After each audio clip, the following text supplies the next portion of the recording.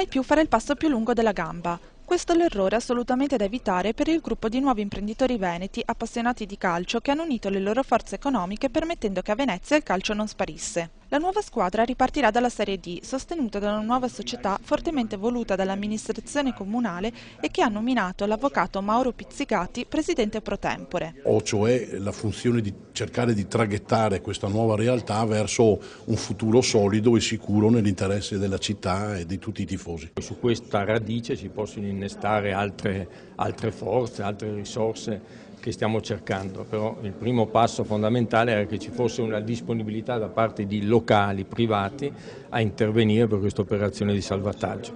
Ci sono stati e il Comune è stato ben lieto di affiancarsi a loro, ma da solo il Comune non avrebbe mai fatto nulla.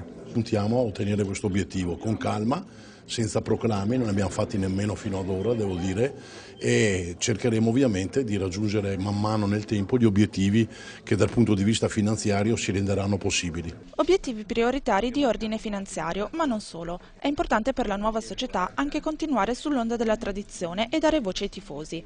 Proprio per portare al Penzo il maggior numero di appassionati, la società propone una campagna abbonamenti a prezzi molto bassi. Si potrà assistere a tutte le 19 partite in programma pagando l'abbonamento soli 60 euro. Inoltre al centinaio di supporters che ha assistito alla presentazione è stata proposta una singolare iniziativa, quella di scegliere un tifoso che a rappresentazione degli altri potrà partecipare ai consigli di amministrazione.